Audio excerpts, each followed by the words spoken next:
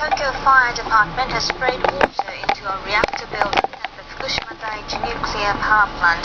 This follows a ground spraying operation by the self-defense forces on Friday afternoon. The Tokyo Fire Department began spraying water into the storage pool inside the number 3 reactor building early on Saturday morning. It suspended the operation after spraying water for 20 minutes, so work to connect electricity cable could continue. 5 fire engines and 13 firefighters were at the site. One of the trucks has a 22-meter tall water discharging arm. Firefighters pumped water from the sea and used a 300-meter long hose to continuously spray water. The firefighters are scheduled to resume spraying at noon on Saturday. They have left the hose in place so as not to delay the resumption of their work. Water in the pool for spent nuclear fuel is vaporizing because the cooling system failed. This could expose the fuel rods, causing them to melt and discharge radioactive material into the air.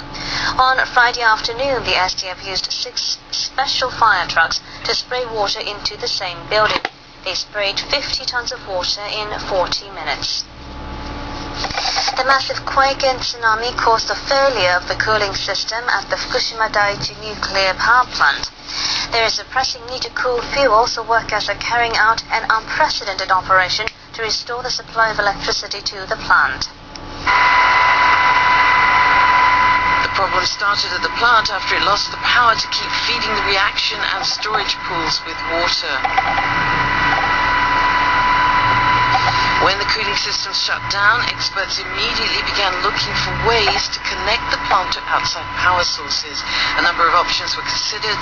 Experts have decided on an idea that came to them in an emergency drill conducted at the number 5 reactor last November.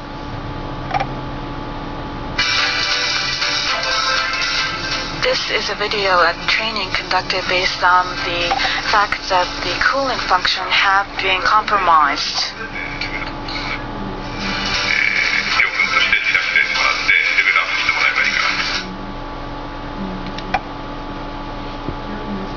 But this time around, it wasn't 1 reactor, but all 6 that lost power. 4 also lost their emergency backup power, something the plant's operators never thought could happen.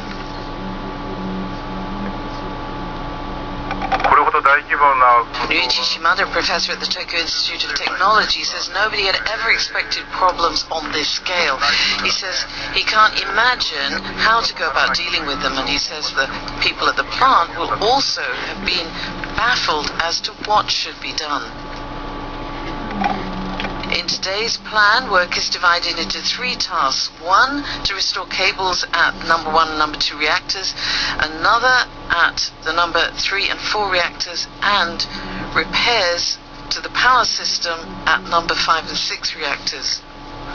For the number 3, 4, 5 and 6 reactors, workers plan to use cables originally installed to send out power generated at the plant.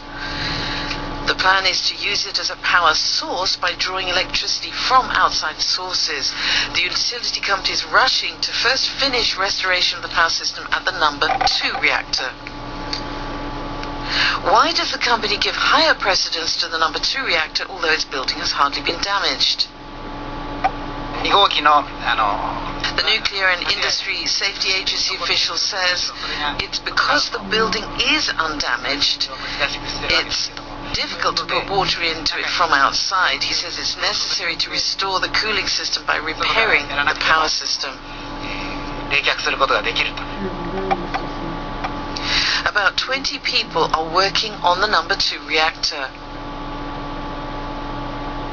Electricity from outside power sources reaches the reserve transformer on the ground. A power cable is to be laid over a distance of 1.5 kilometers to reach a temporary transformer near the reactor building. Workers plan to lay the cable through the buildings of the number 1 and 3 reactors to connect it to another transformer in the number 2 reactor. This way, they plan to send electric power to all 6 reactors.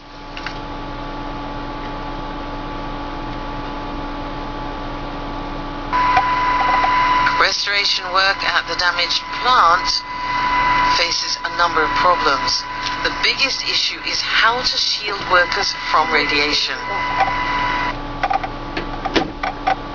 Radiation of 10 millisieverts per hour has been observed near the number 1 reactor and 15 millisieverts per hour near the number 2 reactor.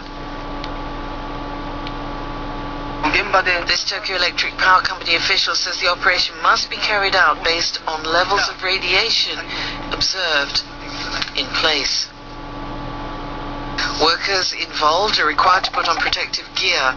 The maximum tolerable amount of radiation each worker is to be exposed to during one stint is set at 100 millisieverts.